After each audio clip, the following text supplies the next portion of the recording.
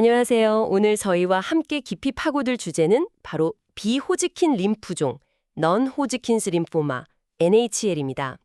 이름이 좀 복잡하게 들릴 수도 있는데 이게 생각보다 그렇게 드문 암은 아니라고 하더라고요. 네, 맞습니다.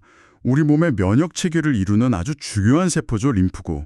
거기서부터 시작되는 혈액암의 한 종류라고 보시면 제일 쉬울 것 같아요. 오늘 저희는 이제 당신께서 공유해 주신 여러 전문 의학 자료들을 바탕으로요. 이 비호지킨 림프종의 핵심을 한번 제대로 파헤쳐 보려고 합니다. 기본적인 개념부터 시작해서 이게 왜 생기는지, 또 어떻게 진단하고 얼마나 종류가 다양한지, 그리고 가장 중요하겠죠. 최신 치료는 어디까지 와 있는지 이런 것들을 좀 명확하게 당신께서 이해하실 수 있도록 알기 쉽게 풀어드리는 게 저희 목표입니다. 네, 특히 비호지킨 림프종은 그 종류만 해도 수십 가지가 넘을 정도로 정말 다양하거든요. 그래서 각각의 성격이나 치료법도 정말 천차만별이고요. 또 진단법이나 치료법이 계속 발전하고 있다는 점도 상당히 주목할 만합니다. 좋습니다. 그럼 가장 기본적인 질문부터 시작해 볼까요? 비호지킨 림프종, 이게 정확히 어떤 병인가요? 그리고 이름이 비슷해서 좀 헷갈릴 수 있는 호지킨 림프종과는 뭐가 다른 건지 좀 짚어주시죠. 비호지킨 림프종, 줄여서 NHL이라고도 많이 부르는데요. 말씀하신 것처럼 우리 몸의 면역세포인 림프구, 그중에서도 이제 좀 자란 성숙한 B세포나 T세포, 아니면 자연살해세포, NK세포라고 하죠. 이런 세포들이 암세포로 변해서 생기는 질환들을 다 합쳐서 부르는 이름입니다. 아, 여러 질환을 묶어서 부르는 거군요. 네, 그렇죠. 호지킨 림프종 HL과는 그 현미경으로 세포를 봤을 때 리드스턴버그라고 하는 아주 특징적인 모양의 거대 세포가 있느냐 없느냐 이걸로 딱 구분을 해요. 아, 그 특정 세포요? 네, 그게 있고 없고에 따라서 병의 어떤 생물학적 특성이나 또 실제 병이 진행되는 양상, 임상경과라고 하죠. 이런 게 상당히 다릅니다. 그렇군요. 그럼 치료나 예후 같은 것도 많이 다른가요? 네, 많이 다르죠. 호지킨 림프종은 그래도 비교적 치료 반응이 좋은 편이라서 완치율이 한 80에서 85% 정도로 꽤 높게 나옵니다. 근데 이 비호지킨 림프종은 종류가 워낙 많다 보니까 그 종류에 따라서 예후가 아주 좋을 수도 있고 반대로 굉장히 공격적이거나 치료가 좀 까다로운 경우도 많아요. 그래서 그냥 비호지킨 림프종이라는 큰 이름 아래 수십 개의 서로 다른 병들이 있다. 이렇게 생각하시는 게 더 정확할 것 같습니다. 와, 수십 가지라니 정말 다양하네요. 크게 나누면 어떤 성격들로 좀 구분해 볼 수 있을까요? 크게 보면요. 어떤 종류는 암세포가 정말 무섭게 빨리 자라요. 그래서 증상도 금방 나타나는 이런 공격형 림프종이 있고요. 또 어떤 종류는 몇 년에 걸쳐서 아주 서서히 자라는 그런 지연형 또는 저등급 림프종이라고 부르는 것들이 있습니다. 세계보건기구 WHO 분류를 보면 정말 세세하게 나뉘어져 있죠. 그렇군요. 자, 그럼 이 비호지킨 림프종, 이게 얼마나 흔하게 발생하고 또 왜 생기는 걸까요? 이 부분을 좀 더 자세히 들여다보면 좋겠습니다. 이게 절대 드문 암이 아니에요. 2023년 미국 통계 기준으로만 봐도요. 한 해 8만 명이 넘는 새로운 환자가 생길 걸로 예상됐었어요. 8만 명이요? 네. 전체 새로 생기는 암의 한 4% 정도를 차지하고요. 또 암 때문에 돌아가시는 원인 중에서도 7번째로 흔할 정도입니다. 그리고 아까 말씀드린 호지킨 림프종보다간 발생률이 한 10배 정도 더 높다고 보시면 돼요. 생각했던 것보다 훨씬 흔한데요? 혹시 특별히 더 잘 걸리는 사람들이 있나요? 통계적으로 보면요. 남성 그리고 백인에게서 조금 더 흔하게 발생하는 경향이 있고요. 또 나이가 들수록 특히 40대 이후부터 발생률이 높아지는 경향이 있습니다. 근데 그렇다고 젊은 사람들한테 전혀 안 생기는 건 아니에요. 청소년이나 비교적 젊은 성인들한테서도 진단되는 경우가 꽤 있습니다. 네. 특히 좀 주목해야 할 점은 지난 한 20년에서 40년 사이에 발생률이 거의 2배 가까이 늘었다는 거고요. 지금도 매년 한 1.5에서 2% 정도씩 꾸준히 증가하고 있다는 겁니다. 발생률이 계속 늘고 있다니 이거 좀 걱정되는데요. 원인이 혹시 명확하게 밝혀진 게 있나요? 안타깝게도 대부분의 경우에는 왜 이게 딱 생겼는지 콕 집어 말하기는 좀 어렵습니다. 여러 가지 요인들이 좀 복합적으로 작용하는 걸로 보고 있는데요. 가장 중요한 위험 요인 중 하나는 역시 면역 체계의 문제예요. 면역 체계 문제요? 네, 예를 들면 HIV 감염이라든지 장기 이식을 받고 나서 면역 억제제를 쓰는 경우 또는 선천적으로 면역 기능 자체가 약한 경우 아니면 류마티스 관절염이나 쇼그렌 증후군 같은 자가 면역 질환이 있는 경우에 이 HNL 발생 위험이 상당히 높아지는 걸로 알려져 있습니다. 아, 그러니까 면역력이 좀 약해지면 위험이 커진다. 이런 말씀이시군요. 네, 맞습니다. 면역이 억제된 상태에서는 정상인보다 NHL 발생률이 최대 100배까지도 높아질 수 있다고 알려져 있어요. 근데 또 흥미로운 점은 반대로 면역 억제 상태가 좋아지면 일부 림프종은 치료 없이 저절로 사라지기도 한다는 겁니다. 네, 저절로요. 네, 그만큼 우리 몸의 면역 상태와 암 발생이 아주 밀접하게 연관되어 있다는 걸 보여주는 예라고 할 수 있죠. 와, 면역 상태가 좋아지니까 암이 사라지기도 한다니 정말 신기하네요. 또 다른 원인 같은 건 없을까요? 특정 감염하고의 연관성도 꽤 뚜렷하게 밝혀진 것들이 있습니다. 예를 들어서 앱스타인 바 바이러스, EBV라고 하죠. 이 바이러스는 특정 종류의 버킷 림프종이나 면역력이 아주 약한 사람들한테 생기는 림프종과 관련이 깊다고 알려져 있고요. 또 위에서 주로 발생하는 멜트 림프종이라는 종류가 있거든요. 네. 이거는 헬리코박터 파일로리균 감염하고 아주 밀접한 관련이 있어요. 이건 정말 놀라운 경우인데 항생제로 이 헬리코박터균을 없애는 치료를 하면 림프종 자체가 사라지는 경우가 아주 많습니다. 정말요? 아니, 균을 치료했는데 암이 사라진다고요? 네, 그렇죠. 마치 그 만성적인 염증 자극이 암 발생에 어떤 불씨 역할을 하다가 그 불씨, 즉 원인균을 제거하니까 암도 같이 꺼져버리는 것과 같은 거죠. 그 외에도 C형 간염 바이러스나 다른 몇몇 바이러스들도 특정 림프종 발생 위험을 높이는 걸로 알려져 있고요.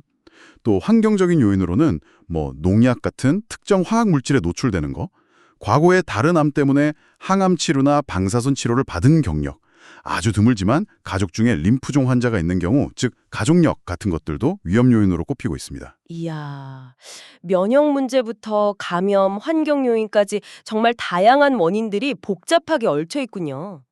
그럼 이런 여러 원인들로 인해서 림프종 세포는 구체적으로 어떻게 암세포로 변하게 되는 걸까요? 그리고 병원에서는 어떤 과정을 통해서 최종적으로 진단을 내리게 되는 건가요? NHL의 대부분, 한 90% 정도는 B세포라는 면역세포에서 시작이 됩니다. 이 B세포나 T세포는 우리 몸을 지키는 군대 같은 역할을 하잖아요. 네, 그렇죠. 외부 침입자, 항원이라고 부르는 것들에 맞서 싸우려면 다양한 무기, 즉 항체나 수용체를 만들어야 하는데 이 과정에서 자기 자신의 유전자를 막 재배열하고 변형시키는 아주 복잡한 작업을 합니다. 비유하자면 전투 준비를 위해서 설계도를 계속 고쳐 쓰는 것과 비슷하다고 볼 수 있어요. 설계도를 계속 고쳐 쓴다. 네, 이게 정상적인 면역 반응에는 꼭 필요한 과정이긴 한데 동시에 이 과정에서 설계도의 오류, 그러니까 유전자 변이가 생기기가 아주 쉬운, 좀 위험한 단계이기도 한 거죠. 바로 이 과정에서 실수로 암을 유발하는 유전자, 예를 들면 MYC 같은 것에 스위치가 탁 켜지거나 아니면 세포가 스스로 죽는 것을 막는 유전자, BCL2 같은 게 너무 과도하게 작동하거나 혹은 반대로 암 발생을 억제해야 하는 유전자의 스위치가 꺼져버리면 그때 림프종이 시작될 수 있는 겁니다. 아하, 그러니까 면역세포가 자기 역할을 제대로 하려고 하다가 의도치 않게 암으로 가는 길을 열 수도 있다 이런 말씀이시네요. 그럼 진단을 할 때는 이런 유전자 오류가 있는지 없는지 이런 걸 찾아내는 게 굉장히 중요하겠네요. 정확합니다. 그래서 어떤 종류의 림프종 사포인지 정확하게 알려면 그 세포 표면에 나타나는 특정 단백질 표지들이 있어요. 이걸 면역표 현형이라고 하는데 이걸 분석하는 검사가 아주 필수적입니다.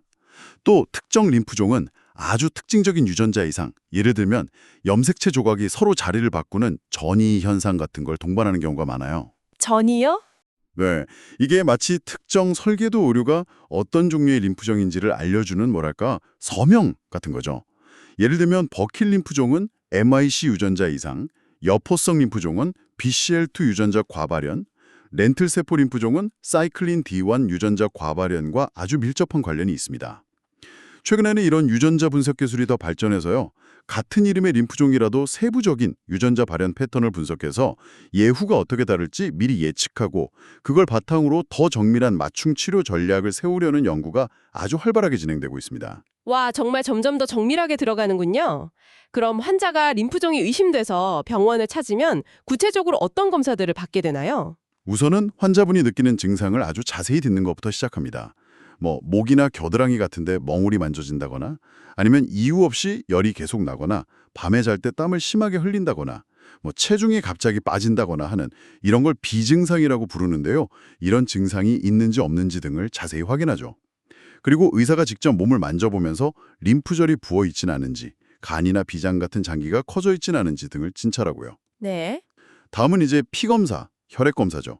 빈혈은 없는지, 간 기능이나 신장 기능은 괜찮은지, 몸의 염증 수치는 어떤지, 그리고 LDH나 베타2- 마이크로글로불린처럼 림프종의 활동성이나 예후를 예측하는 데 아주 중요한 지표들이 있어요. 이런 것들을 확인합니다.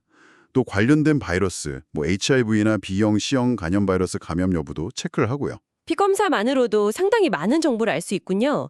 영상 검사도 빼놓을 수 없을 것 같은데요. 네, 영상 검사가 아주 중요합니다. 일단 전신 CT 촬영을 해서 몸 전체에 림프절이 얼마나 퍼져 있는지 확인하는 것이 기본이고요. 특히 요즘은 PET-CT, 줄여서 그냥 펫 검사라고 많이 부르죠. 이걸 아주 많이 사용합니다. 아, 펫 검사요? 그건 어떤 원리로 하는 건가요? 암세포는 정상세포보다 훨씬 활발하게 에너지를 쓰거든요. 특히 포도당을 엄청나게 많이 소모합니다. 펫 검사는 방사성 동위원소를 살짝 붙인 포도당이랑 비슷한 물질을 몸에 주사해요. 그러면 이 물질이 몸속에서 암세포가 황성하게 활동하는 곳에 가서 막 쌓이거든요. 그걸 촬영하는 겁니다. 아하, 암세포가 있는 핫스팟을 찾아내는 거군요. 네, 맞아요. 림프종이 어디에 있는지, 얼마나 퍼져 있는지, 또 얼마나 공격적인 성향을 보이는지 평가하는 데 아주 유용하고요. 또 치료 후에 혹이 남아있을 때 이게 진짜 아직 암이 남은 건지 아니면 그냥 치료 후에 생긴 흉터 조직인지 구별하는 데도 큰 도움을 줍니다. 뭐 필요하다면 뇌나 척수 쪽을 좀 더 자세히 보기 위해서 MRI를 찍기도 하고요. 골수 검사나 뇌척수액 검사를 하기도 합니다. 하지만 최종 확진은 결국 문제가 되는 조직의 일부를 직접 떼어내서 현미경으로 확인하는 조직 생검을 통해서 이루어집니다. 그렇군요. 암 진단하면 보통 병기, 스테이징이라고 하죠. 1기, 2기 이렇게 나누는 거요. NHL에서는 이 병기가 얼마나 중요한가요? 네, 전통적으로 애나버 병기 분류법이라는 걸 사용해서 림프종이 퍼진 범위에 따라서 1기부터 4기까지 나누고 아까 말씀드린 비증상이 있느냐 없느냐에 따라서 A, B로 또 세분화를 합니다. 이 분류법이 호지킨 림프종에서는 예후를 예측하고 치료 방향을 결정하는 데 아주 중요해요. 네. 그런데 비호지킨 림프종은 처음 진단될 때부터 이미 몸 여러 곳에 퍼져 있는 소위 말하는 진행된 병기, 그러니까 3기나 4기인 경우가 상당히 많습니다. 그래서 병기 그 자체보다는 림프종의 구체적인 종류, 즉 조직학적 아형이 뭐냐, 그리고 환자의 나이나 전신 건강 상태가 어떠냐, 혈액검사 수치, 특히 LDH 수치가 얼마나 높냐, 이런 것들을 종합적으로 고려해서 매기는 예후 예측 점수라는 게 있어요. 예를 들면 IPI 점수 같은 거요. 이런 지표들이 실제 치료 방향을 정하고 예후를 예측하는 데 더 중요한 역할을 하는 경우가 많습니다. 물론 아주 드물게 초기에 발견된 국소적인 1기 림포종이라면 방사선 치료만으로 완치를 기대해 볼 수도 있긴 합니다. 그러니까 병기 자체보다는 다른 여러 요인들을 종합적으로 보는 게 더 중요할 수 있다는 말씀이시군요. 그럼 예후를 예측하는 그런 지표들과 함께 다양한 NHR 중에서 대표적인 유형들은 어떤 특징이 있고 또 어떻게 치료하는지 이 부분을 좀 자세히 설명해 주시면 좋겠습니다. 아마 이 부분이 청취자분들이 가장 궁금해하실 내용일 것 같아요. 네, 그렇죠. 예후 예측에는 아까 잠깐 말씀드린 것처럼 여러 임상 지표들을 종합해서 점수를 매기는 시스템, 뭐 공격형에서는 IPI, 여포성 림포종에서는 FLIPI 같은 지수들을 활용합니다. 위험 요인이 적을수록 당연히 예후가 더 좋다고 보는 거죠. 자, 그럼 이제 주요 NHL I형들을 크게 공격형과 지연형, 즉 서서히 자라는 형으로 나누어서 한번 살펴보겠습니다. 네, 기대됩니다. 먼저 그 공격적인 B세포 림프종부터 시작해 볼까요? 좋습니다. 첫 번째는 버킬 림포종, 버킬 림포머, BL입니다. 이 녀석은 정말 우리 몸에서 가장 빨리 자라는 암 중 하나로 꼽혀요. 세포 분열 속도가 워낙 빨라서 암덩어리가 하룻밤 사이에 2배로 커질 수도 있을 정도라고 합니다. 하룻밤 사이예요. 와. 왜? 주로 어린이나 젊은 성인들에게서 많이 발생하고요. 특징적으로 MYC라는 유전자의 변이가 동반됩니다. 진단이 되면 정말 한시가 급하기 때문에 즉시 아주 강력한 복합 항암화학 요법을 시작해야 하고 동시에 뇌나 척수 같은 중추신경계로 암이 퍼지는 것을 막는 예방치료가 필수적입니다. 근데 또 이렇게 공격적인 만큼 치료에 대한 반응도 좋아서요. 제대로 치료를 받으면 80%에서 90% 정도의 높은 완치율을 기대할 수 있는 병이기도 합니다. 와, 정말 빠르고 공격적인데 치료 반응은 또 좋다니. 참 아이러니하네요. 그럼 성인에서 가장 흔한 유형은 어떤 건가요? 성인 NHL 중에서 가장 흔한 것은 바로 미만성 거대 B세포 림프종, Diffuse Large B-Cell Lymphoma, DLBCL입니다. 전체 NHL 환자의 약 3분의 1 정도를 차지할 정도로 흔하죠. 이름 그대로 거대한 B세포를 특징적이고 이게 미만성으로, 그러니까 어떤 특정 구조를 이루지 않고 널리 퍼지듯이 자라는 게 특징입니다. 이 DLBCL도 사실 그 속을 들여다보면 꽤 다양해요. 어떤 종류의 세포에서 유래했는지, GCB형이냐, ABC형이냐, 혹은 MYC나 BCL2 같은 좀 나쁜 유전자 변이를 동시에 가지고 있는지, 이걸 더블 힛 림포마라고 부르는데 예후가 매우 안 좋습니다. 이런 거에 따라서 성격이 다릅니다. 그렇군요. 그럼 치료는 어떻게 하나요? 표준 치료 같은 게 있나요? 네, 수십 년 동안 표준 치료는 RCHOP라는 항암 항체 복합 요법이었습니다. 리툭시맙이라는 항체 치료제와 4가지 종류의 항암제를 같이 쓰는 조합이죠. 이걸로 대략 한 65%에서 70% 정도의 환자분들이 완치를 기대할 수 있습니다. 네. 저는 기존의 알치옵보다 더 좋은 효과를 보여줘서 새로운 표준 치료 옵션 중 하나로 인정받았습니다. 아, 치료법도 계속 발전하고 있군요. 혹시 1차 치료가 잘 안 듣거나 아니면 치료 후에 재발하면 그땐 어떻게 되나요? 네, 그런 경우에는 환자의 상태나 재발 시점 같은 여러 요인을 고려해서요. 일단 고용량 항암 치료를 하고 나서 자기 피에서 미리 뽑아 얼려두었던 조혈모세포를 다시 넣어주는 자가조혈모세포 이식을 하거나 아니면 요즘 정말 각광받고 있는 치료죠. CAR-T 세포 치료를 고려할 수 있습니다. CAR-T 치료, 저도 들어본 것 같아요. 그건 정확히 어떤 원리인가요? 네. 이걸 아주 쉽게 설명하자면요. 환자 본인의 면적세포, 그중에서 T세포라는 걸 몸 밖으로 뽑아냅니다. 그리고 이 T세포가 림프종 세포를 아주 정확하게 찾아내서 공격하도록 유전자를 조작하는 거예요. 그렇게 업그레이드된 T세포를 다시 환자 몸에 넣어주는 치료법입니다. 뭐랄까 일종의 맞춤형 유전자 조작 면역 세포 군대를 만들어서 투입하는 거라고 생각하시면 돼요. 와, 내 몸의 세포로 맞춤형 군대를 만들어서 암을 치료한다. 네, 특히 1차 치료에 잘 반응하지 않았거나 좀 일찍 재발한 DLBCL 환자들에서는 기존의 2차 항암요법 후에 자가이식을 하는 것보다 이 CAR-T 치료가 더 우수한 효과를 보여주면서 새로운 표준 치료법으로 빠르게 자리 잡고 있습니다. 심지어 여러 번 치료에 실패했던 환자들에게서도 80% 이상의 높은 반응률을 보이고 장기 생존 가능성까지 열어주고 있어서 정말 획기적인 발전이라고 할 수 있습니다. 정말 놀라운 발전이네요. 자, 그럼 이번에는 상대적으로 좀 서서히 진행하는 지연형 림프종들에 대해서도 알아볼까요? 네, 좋습니다. 지연형 림프종 중에서 가장 대표적인 것은 여포성 림프종, Follicular Lymphoma FL입니다. 아까 말씀드린 DLBCL 다음으로 흔한 A형이죠. 대부분의 경우에는 수년에 걸쳐서 아주 천천히 자랍니다. 그래서 처음 진단됐을 때 별다른 증상이 없으면 바로 치료를 시작하지 않고 그냥 지켜보는 경우도 많아요. 이걸 Watch and Wait, 즉 관철 및 대기라고 부릅니다. 지켜보기만 한다고요? 암인데도요? 네, 물론 정기적으로 검사는 하면서요. 이게 당장 치료한다고 해서 생존 기간이 더 길어진다는 명확한 증거가 없고 오히려 불필요한 치료 부작용만 겪을 수 있기 때문이죠. 이 여포성 림프종은 특징적으로 BCL2라는 유전자가 과도하게 발현되는 염색체 이상 T14-18 전이를 가지고 있는 경우가 많습니다. 그럼 치료는 언제 어떻게 시작하나요? 종양이 너무 커지거나 통증 같은 증상이 나타나거나 혈액 수치에 이상이 생기는 등 치료가 필요하다고 판단되는 시점이 오면 그때 치료를 시작합니다. 아주 초기에 국소적인 병변으로 발견됐다면 방사선 치료만으로 완치를 시도해볼 수도 있고요. 병이 좀 진행된 경우에는 DLBCL 치료에도 쓰였던 그 리툭시맙 있죠? 그 항체 치료제를 기반으로 한 치료를 주로 사용합니다. 리툭시맙 단독으로 쓰기도 하고 다른 항암제나 레날리도마이드 같은 약물과 함께 쓰기도 하고요. 네. 여포성 림프종은 재발을 잘하는 편이긴 하지만 그래도 여러 차례 치료를 통해서 병을 잘 조절하면서 평균적으로 15년, 20년 이상 장기간 생존하시는 경우가 많습니다. 최근에는 재발하거나 기존 치료에 잘 안 듣는 환자들을 대상으로 CAR-T 치료, 악시셀, 티사셀 같은 약들이 있습니다나 이중투기 항체, 모수네투주맙 같은 약입니다. 라는 새로운 형태의 면역 치료제들이 아주 좋은 효과를 보여서 승인되기도 했습니다.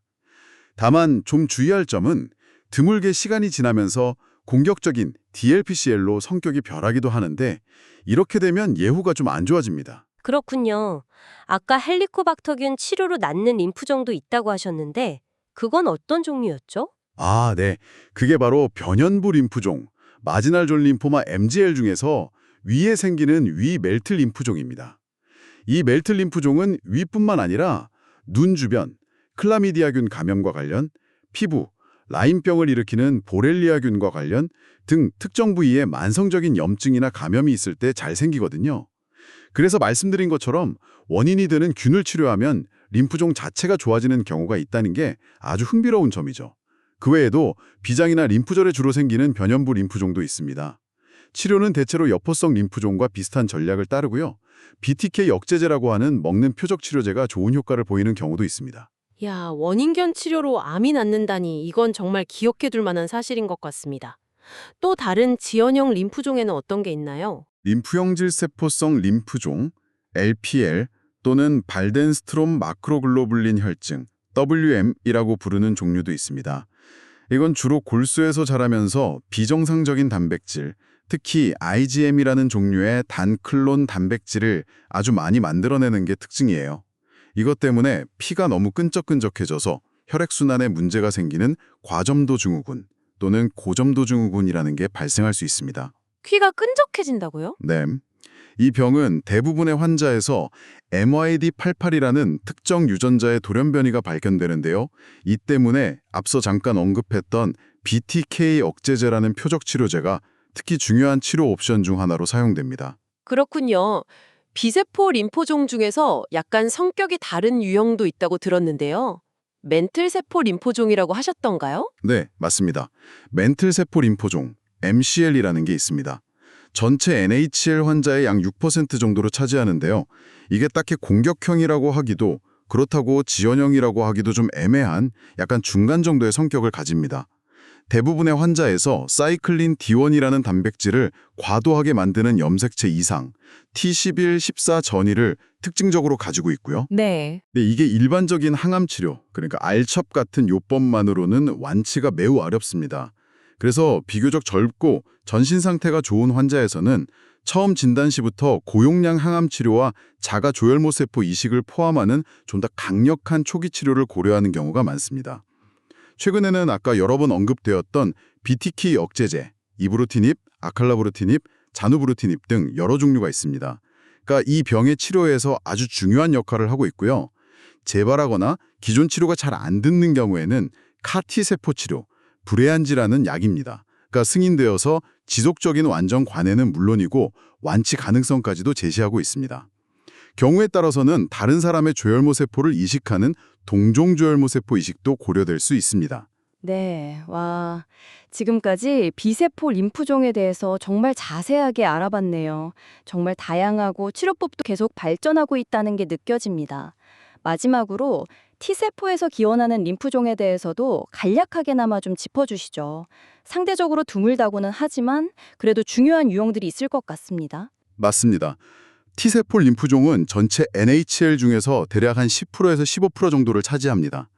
B세포 림프종보다 어떻게 보면 종류가 더 다양하고 좀 더 복잡한 면이 있고요. 연구도 상대적으로 좀 덜 되어 있는 편이고 전반적으로 봤을 때 예후가 B세포 림프종보다는 좀 더 안 좋은 경우가 많습니다. 그래도 몇 가지 대표적인 유형만 간략하게 소개를 드리면요. 먼저 균상식육종이라는 게 있습니다. 이게 피부에 주로 발생하는 가장 흔한 유형의 T세포 림프종이에요. 대개 아주 서서히 진행하고 초기에는 그냥 습진이랑 비슷하게 보일 수도 있습니다. 피부예요? 림프종인데 피부에 생기는군요. 네, T세포 림프종 중에는 피부를 좋아하는 녀석들이 좀 있습니다.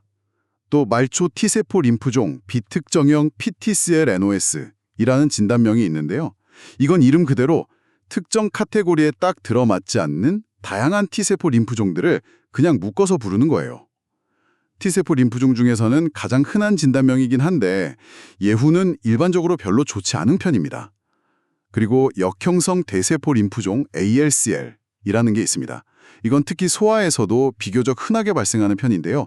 ALK라는 유전자의 변이가 있느냐 없느냐에 따라서 예후가 크게 달라집니다. ALK 양성이면 예후가 훨씬 좋습니다. 이 림프종은 CD30이라는 표면 단백질이 특징적으로 나타나서요. 이걸 표적으로 하는 브렌투크시맙이라는 약물이 아주 효과적으로 사용됩니다. 네. 그 외에도 HTLV1이라는 특정 바이러스 감염과 관련되어서 일본이나 카리브해 기업 같은 곳에 주로 발생하는 성인 T세포 백혈병 림프종, ATLL이라는 아주 공격적이고 예후가 안 좋은 림프종이 있고요. 또 EBV 바이러스와 관련돼서 코나 부비동 같은 얼굴 중앙 부위에 잘 생기는 결절외 NKT세포 림프종, 비강형 같은 종류도 있습니다. 네, T세포 림프종까지 간략하게나마 살펴보니까 이 비호지킨 림프종이라는 게 정말 얼마나 다채로운 질병군인지 다시 한번 실감하게 되네요.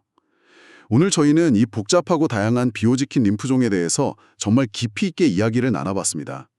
종류가 워낙 많고 또 치료가 쉽지 않은 경우도 분명히 있지만 그래도 진단 기술이나 치료법이 정말 눈부시게 발전하고 있다는 그런 희망적인 측면도 분명히 확인할 수 있었던 것 같습니다. 그렇습니다. 특히 최근에 유전체 분석 기술이 엄청나게 발달하면서 림프종이 도대체 왜 생기는 건지 그 발생 기전에 대한 이해가 점점 깊어지고 있고요. 이걸 바탕으로 해서 그 원인을 직접 겨냥하는 표적 치료제들이 계속 개발되고 있습니다. 또 아까 말씀드린 CAR-T 세포 치료나 이중특이 양체 같은 아주 혁신적인 면역 치료법들은 과거에는 정말 치료가 어려웠던 많은 환자분들에게 새로운 희망을 주고 있죠. 이런 발전들을 보면 참 우리에게 중요한 질문을 던지게 하는 것 같아요. 네, 맞아요. 오늘 논의를 마무리하면서 당신께 한 가지 생각할 거리를 좀 드리고 싶습니다.